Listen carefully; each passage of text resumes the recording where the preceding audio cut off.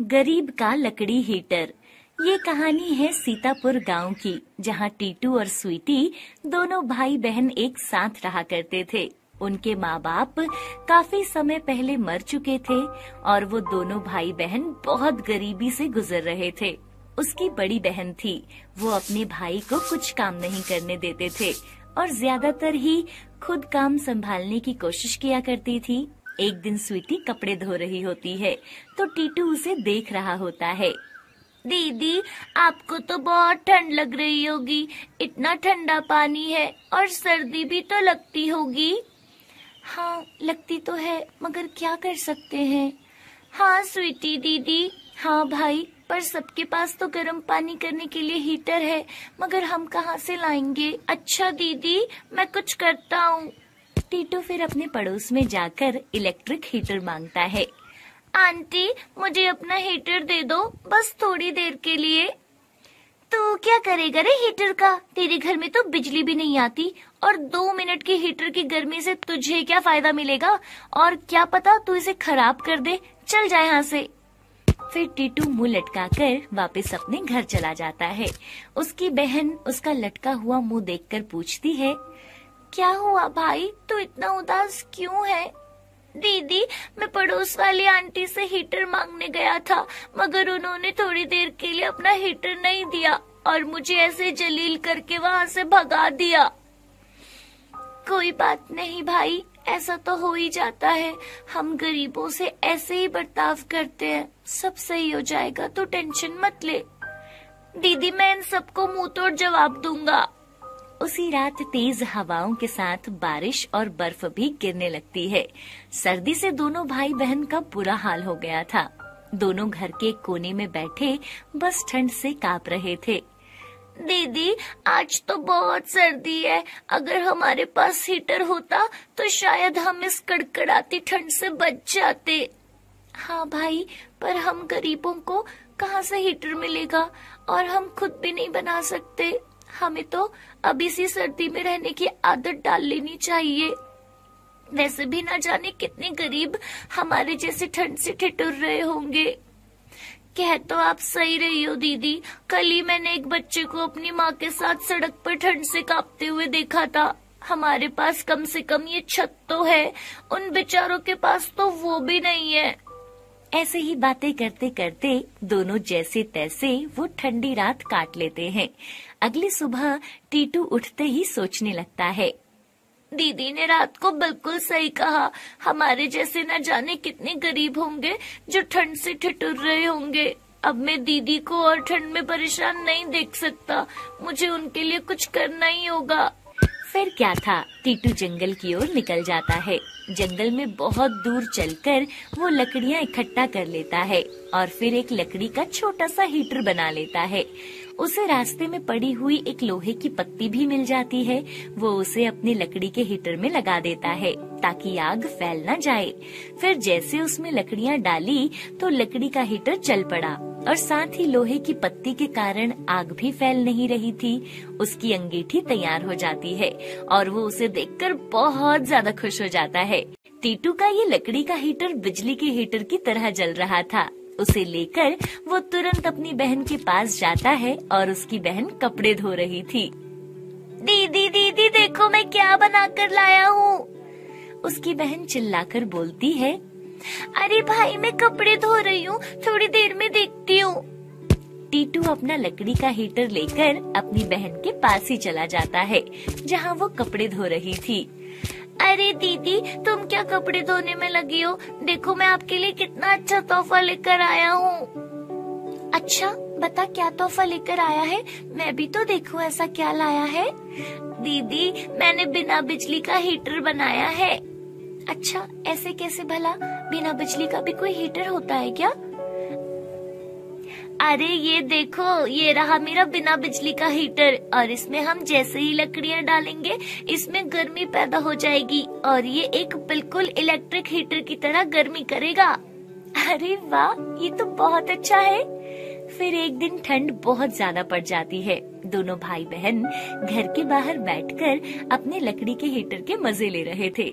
तभी वहाँ से आते जाते लोग उनके लकड़ी के हीटर को देखने लगे और वहाँ पर उनके पास उनके घर के बाहर ही कुछ लोग इकट्ठा भी हो गए।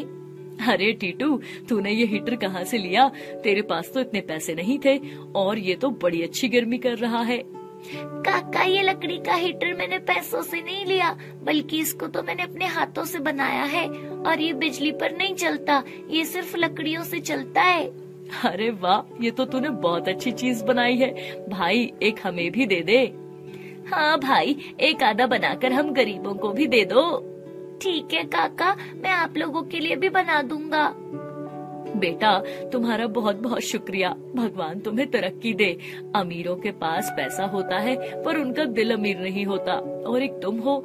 हमारे एक बार कहने पर ही तुम हमारे लिए हीटर बनाने के लिए तैयार हो गए।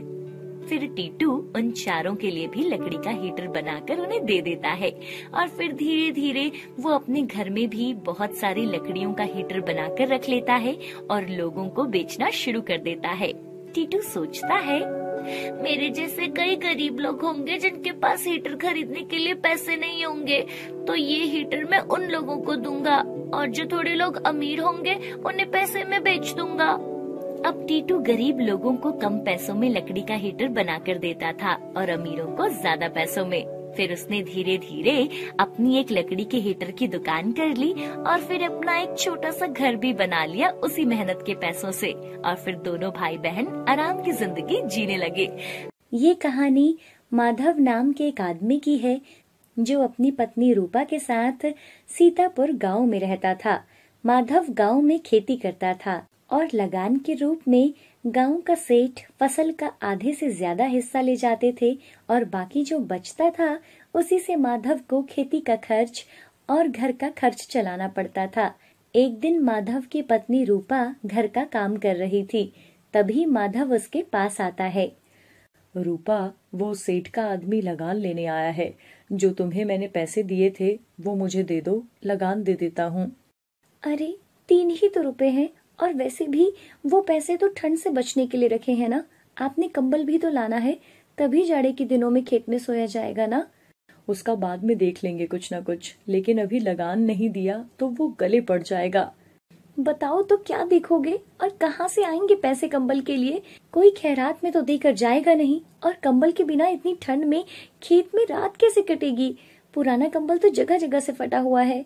इनका सही है, काम हम करें ठंड में और हम मरें, और पैसे ये लेकर जाएं। तभी माधव प्यार से अपनी पत्नी रूपा को बोलता है, रूपा, मैं देख लूंगा, तुम बस चिंता मत करो। जाओ जल्दी पैसे लेकर आओ। तभी रूपा गुस्से से बोलती हुई अंदर जाती है। क्या फायदा ऐसी खेती करने का, रात भर खेत में सोने का, जब सारा पैसा तो ये सेठ ले जाते हैं। इनको क्या पता इतनी ठंड में कैसे जानवरों से तुम फसल को बचाते हो।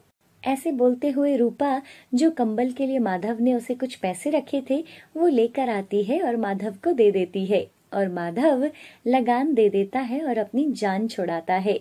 कुछ दिनों में कड़ाके की ठंड पड़ने लगती है, और माधव के पास खेत में सोने के लिए अभी भी वही पुराना फटा हुआ कंबल था। माधव अपने खेत के किनारे बांस के पत्तों की छतरी के नीचे अपनी चारपाई पर पुराना फटा हुआ कंबल ओढ़े लेटा हुआ था और ठंड से कांप रहा था, और उसकी चारपाई के नीचे उसका कुत्ता सांबा भी पैरों में मुंह डाले सर्दी से कुहू कुहू कर रहा था। इतनी ठंड में उन दोनों में से एक को भी नींद नहीं आ रही थी। तुम्हें कितनी बार बोला है मेरे साथ खेत में मत आया करो, लेकिन नहीं, हर रोज मेरे पीछे आ जाते हो और मेरे साथ ठंड में ठिठुरते रहते हो। माधव की बातें सुनकर सांबा चुप हो जाता है, मानो वो समझ गया हो कि उसकी आवाज से मालिक को भी नींद नहीं आ रही है। कुछ देर बाद माधव चरपाई से उठकर सांबा के पास आकर बैठ जाता है।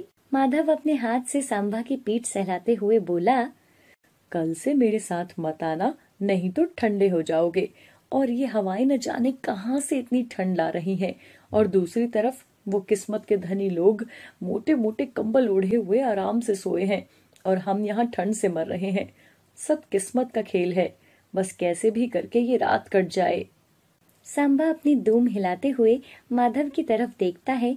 तभी माधव बोलता है, बस आज की रात काट ले, कल से मैं यहाँ नीचे पुआल बिछा दूंगा, फिर तू उसी में घुसकर बैठ जाना। उससे ज्यादा ठंड नहीं लगेगी। तभी सांबा अपने दोनों पैर उठाकर माधव के कंधे के पास रखता है और माधव के मुंह के पास अपना मुंह लाता है। माधव को उसकी सांस गर्म लगती है। फिर माधव उठकर अपनी चारपाई पर लेट जाता है। अब माधव सोने की कोशिश करता है। कभी इस तरफ करवट लेता तो कभी दूसरी तरफ करवट लेता। ठंड मानो जैसे उसकी हड्डियों को अंदर तक छू रही थी। बहुत कोशिश करने पर भी माधव को नींद नहीं आ रही थी। माधव आसमान की तरफ देखता है। अभी तो सुबह होने में बहुत पहर है, न जाने ये रात कैसे कटेगी। तभी माधव चारपाई से नीचे उतरता है और धीरे से सांबा को उठाकर अपनी छाती से लगाए चारपाई पर अपने साथ सुला लेता है। कुत्ते की देह से न जाने ये कैसी दुर्गंध आ रही थी, पर माधव उसे अपनी गोद से चिपकाए ऐसे सुख का आनंद ले रहा था मानो बरसों से उसे ऐसा सुकून नहीं मिला हो। और तभी अचानक सांबा उठता है और छलांग लगाकर भागता है मानो कोई जानवर खेत में आया हो। सांबा कभी एक किनारे तो कभी दूसरे किनारे भागे जा रहा था। माधव भी उठकर देखना चाहता था, लेकिन इतनी ठंड से वो पूरी तरह कांप रहा था और उस फटे हुए कंबल को छोड़ने की माधव की हिम्मत ही नहीं हो रही थी। माधव के खेत के पास एक जंगल था और वहाँ हवाओं से पत्ते गिरने की आवाज आ रही थी और माधव सोचता है, उठकर जाता हूँ और पत्ते इकट्ठा करके आग जला लेता हूँ और अपने शरीर को गर्म कर लूंगा। यहाँ लेटे लेटे तो मैं वैसे भी जम जाऊंगा। लेकिन तभी वो सोचता है, जंगल में न जाने कितने कीड़े होंगे और जानवर भी। वहां जाने से तो अच्छा है कि इसी कंबल में अपनी रात काट लूं। सहसा माधव उठता है और पास से अदरक के 2-3 पौधे उखाड़ लेता है और उसका झाड़ू बना लेता है और जंगल से पत्ते इकट्ठे कर लेता है और पत्तों का बड़ा सा ढेर लगा लेता है और फिर उसमें आग जला लेता है और कुछ ही देर में अच्छी खासी आग जल जाती है। माधव अपने पूरे शरीर को सेकता है और आग के पास बैठा रहता है। ये उपाय पहले क्यों नहीं सूझा? अगर पहले ही आग जला लेता तो ठंड में इतना नहीं ठिठुरना पड़ता।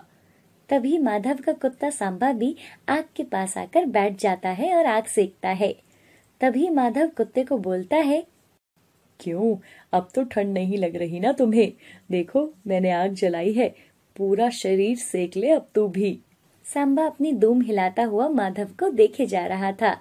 तभी थोड़ी देर के बाद आग जलना बंद हो गई थी और अब सारी पत्तियों का ढेर भी जल गया था।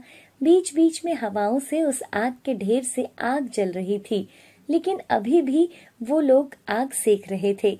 माधव अपना पुराना फटा हुआ कंबल ओढ़े आग के पास बैठा ही रहता है। तभी अचानक से जानवरों के चलने की आवाज आने लगी और सांबा उठकर खेत की ओर भागा। माधव को भी ऐसा लगा मानो नीलगाय का झुंड उसके खेत के पास आ गया हो, लेकिन ठंड इतनी थी कि उसकी आग के पास से उठने की हिम्मत ही नहीं हो रही थी और वो खुद को समझाते हुए बोलता है, सांबा यही खेत में होगा। वो नीलगायों को खेत में आने ही नहीं देगा और उनको भगा देगा। तभी माधव को ऐसा आभास हो रहा था कि नीलगाय उसके खेत में चर रही है, लेकिन एक बार फिर ठंड उसे उठने नहीं देती।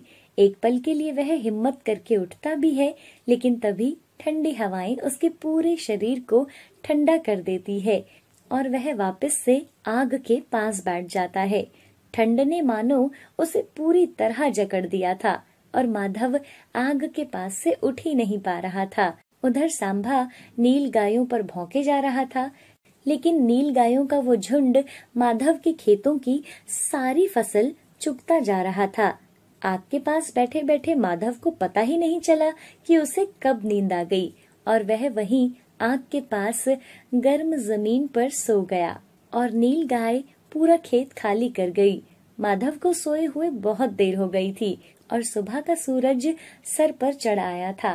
तभी माधव की पत्नी रूपा खेतों में आ जाती है और वो माधव से बोलती है, देखो कैसे घोड़े बेचकर सो रहे हो, सूरज सर पर चढ़ आया है, नीलगाय पूरा खेत चुग गई और तुम यहाँ सोए हो।